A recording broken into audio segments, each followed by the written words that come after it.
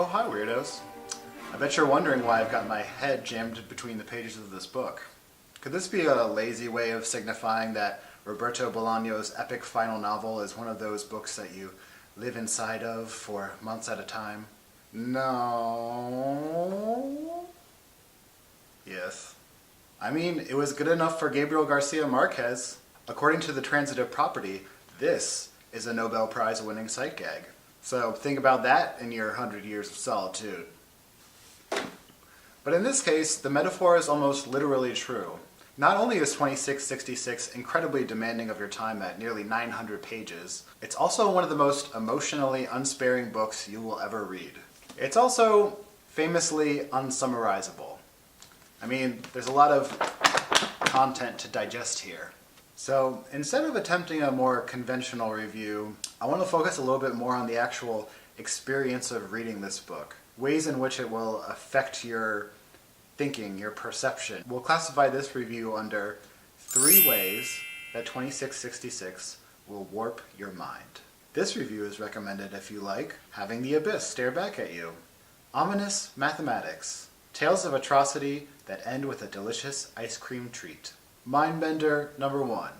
You'll learn to love boredom. Many authors have established an entire career out of creative digression.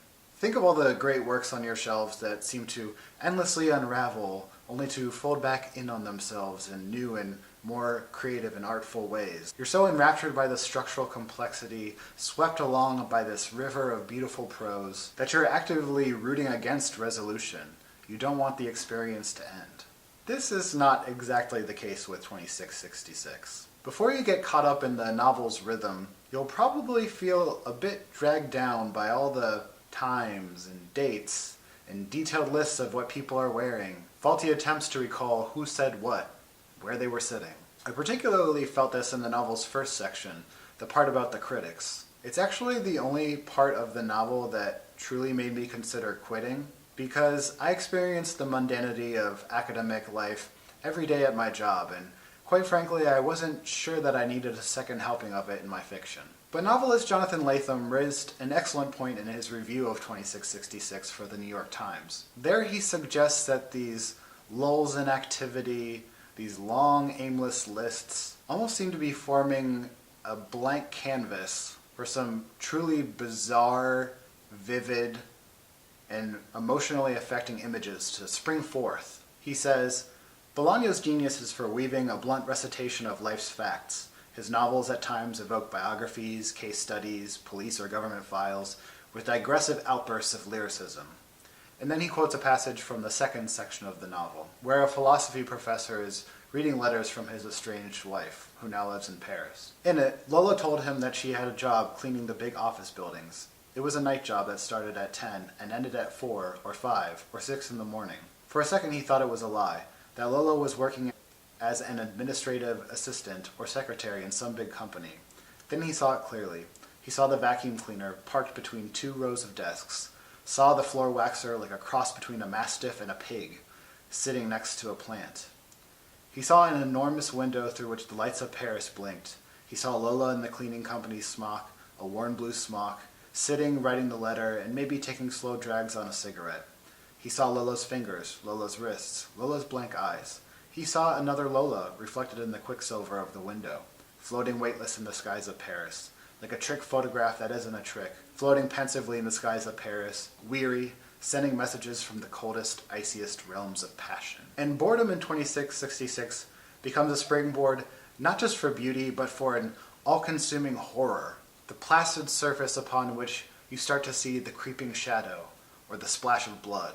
Probably one of the weirdest things to happen in this novel, which, trust me, is packed full of weird shit, is where a man is haunted by one of the most mundane objects you can possibly imagine, a math textbook. The character is a philosophy professor, recently transplanted with his family to the Mexican border town of Santa Teresa.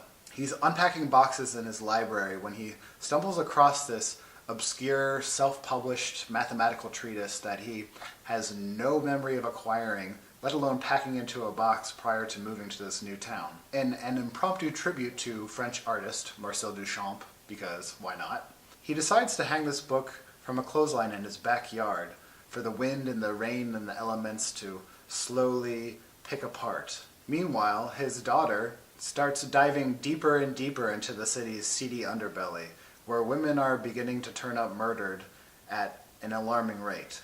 And yet he can't seem to tear his gaze away from this book, which is possibly starting to send him psychic messages? Like I said, weird. And that's one of the really interesting mind tricks that 2666 will play on you.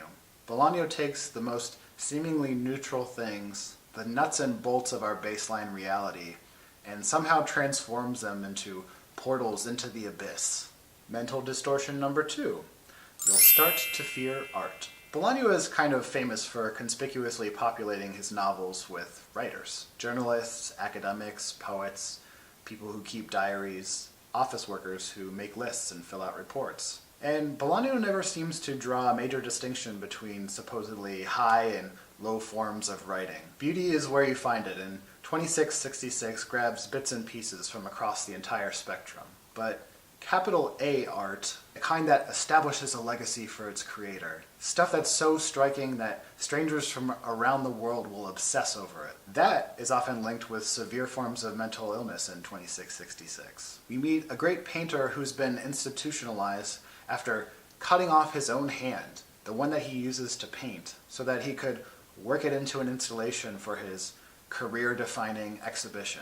Then there's a Spanish poet who gets put into an asylum for being a little too subversive and a little bit too gay in his personal life. And if great art is often a form of madness, as Bolaño seems to be suggesting, then what does that make art lovers but connoisseurs of human suffering? You, dear reader, may be a sadist. So just keep that in the back of your mind for the next 800 pages or so, okay? But if you're not starting to feel uneasy about your enjoyment of art, Bolaño's characters are more than happy to pick up that slack for you. They spend entire paragraphs debating the hidden death threats that might be lurking in an offhand allusion to Greek mythology, or they sit around scrutinizing a very strange porno that possibly could have been the first professional film shot by director Robert Rodriguez. Then, of course, in the context of capital A art, there is 2666 itself. Written by Bolaño as his health slowly declined due to liver disease, published posthumously and considered by many to be his great masterwork, possibly even one of the greatest accomplishments in contemporary fiction. This, right here, is a labyrinth. Every narrative path in this novel that doesn't dead end eventually leads to a certain city on the Mexico-Arizona border. That geographic center, that core, is where you inevitably meet the monster. 2666's position in the popular consciousness could probably be summed up as that book about the mass murders of women in Ciudad Juarez. This, despite the fact that the section of the book that deals most directly with those deaths doesn't even begin until about 350 pages into the novel. And yet, when you get to that part of the book, you will understand why it is stamped so indelibly into so many readers' brains. Unlike so many narratives that use the gruesome murders of women as a mere plot device to send their male protagonist on an epic quest for justice, there is no redemptive value imparted to these women's killings. They are recited in deadpan police report style prose. Most remain unsolved. It's as if, to make a fitting memorial for the real-life women who have been disappearing from Juarez since the early 90s, Bolaño decided he needed to strip away every possible distraction and have his readers hold vigil over their tragedy.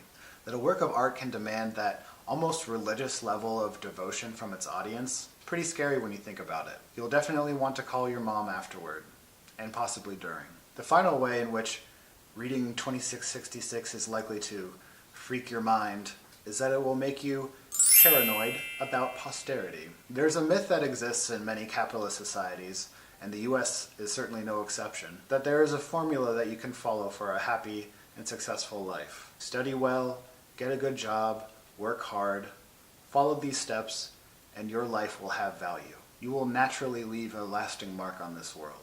In 2666, Bolaño basically calls bullshit on these narratives. There are no guarantees of survival, least of all through dutiful participation in the capitalist enterprise. As Bolaño's fictional city of Santa Teresa is plagued by murders, its economy becomes one of the strongest in the entire country of Mexico, largely due to its high concentration of manufacturing plants, or maquiladores. Most of the murdered women in this novel aren't existing out on the fringes of society. They're gainfully employed, but their jobs won't prevent them from disappearing. And sometimes, with the companies being incentivized to maintain a minimal paper trail, not even a record of their real name survives. There's been some debate about the meaning of the title 2666, which is understandable since it's never mentioned at any point during the book. Is it the final body count? The point at which these tragedies will finally be over? In the afterword by Ignacio Echevarria, he points out that 2666 actually is referenced in another work by Bolaño, this brief passage from the novel Amulet. And it goes like this: Guerrero at that time of night is more like a cemetery than an avenue. Not a cemetery in 1974 or in 1968 or 1975, but a cemetery in the year 2666. A forgotten cemetery, under the eyelid of a corpse or an unborn child, bathed in the dispassionate fluids of an eye that tried so hard to forget one particular thing that it ended up forgetting everything else. In other words, you could see 2666 as some point so abstractly far off in the future that nothing discussed in this massive novel will matter, or even be remembered. Joke's on you. As I mentioned earlier, Bolaño was in declining health as he wrote 2666, ultimately passing away from liver failure before it was published. So it feels fitting that the topic of posterity keeps popping up again and again throughout the novel. A constant questioning of what a life devoted to the craft of writing, to the creation of literature, actually amounts to in the end. If we take 2666 as his final statement on that matter, there's a particular passage in the book where he seems to be commenting on the type of work he'd like to be remembered for. So this passage comes from a conversation between one of our scholarly, more established characters and a young pharmacist that they encounter who also happens to be a passionate reader. And this is describing the pharmacist's tastes in books. He chose the Metamorphosis over the Trial. He chose Bartleby over Moby Dick. He chose A Simple Heart over Bouvard and Pécuchet, and A Christmas Carol over A Tale of Two Cities, or the Pickwick Papers. What a sad paradox, thought Amalfitano. Now even bookish pharmacists are afraid to take on the great, imperfect, torrential works, books that blaze paths into the unknown. They choose the perfect exercises of the great masters, or what amounts to the same thing. They want to watch the great masters spar, but they have no interest in real combat, when the great masters struggle against that something that terrifies us all, that something that cows us and spurs us on, amid blood and mortal wounds and stench. Will Bolaño be remembered more for his great quotable statements, or his more dense and arduous literary struggles? If you want to know why the latter is worth shooting for, you should read 2666. So for style, scope, and overall weirdness, I give Roberto Bolaño's final novel a truly unprecedented score. 2,666 out of 2,666 2666s. Is it a perfect novel? No. Would I blame you in the slightest if you decided to take a hard pass and spend your time and tolerance for trauma somewhere else? Absolutely not. But this thing is absolutely the most it that it can be. What else can you even compare it to?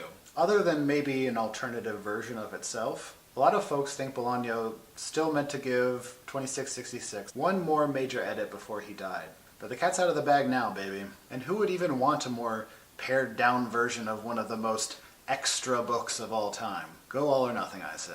Next steps, next steps.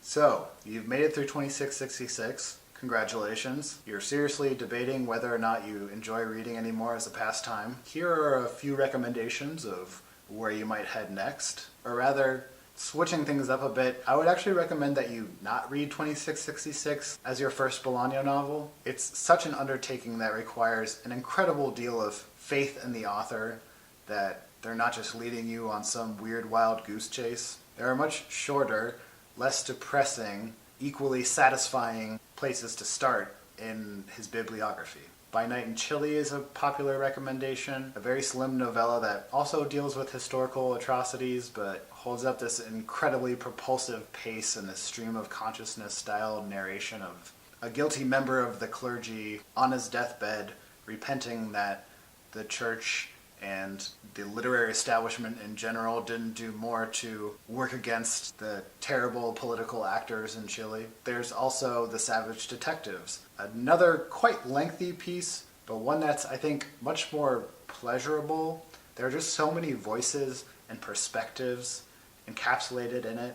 The characters have this infectious passion for literature that actually makes you happy to be reading the book that you're reading. But if you're feeling like you've reached your Bolaño quota for the next 2 millennia, I would recommend a new collection by South Korean poet Kim Hae-soon called Autobiography of Death. At just over 100 pages, I would say it's as unsummarizable as 2666. Hae-soon's poetic style is just so bizarre and alienating, but it also reads as a sort of memorial to those who died tragically and who, for political or personal or nationalistic reasons, are sort of swept under the carpet of history. You feel Hae-soon almost manifesting these tragedies, calling them forth from some unknowable other side. She was actually inspired by a ferry boat accident that happened in South Korea, where a number of high school students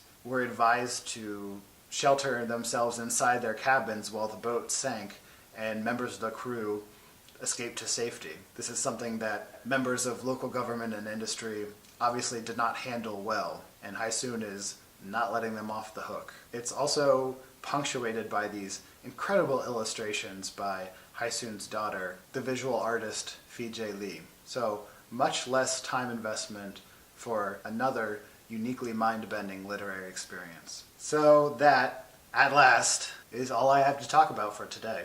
What are some of the best gigantic books that you've ever read? Have you ever felt that a novel was completely fucking with your head the entire time you were reading it? Let me know in the comments below or hit me up on social media. And until next time, happy reading, weirdos.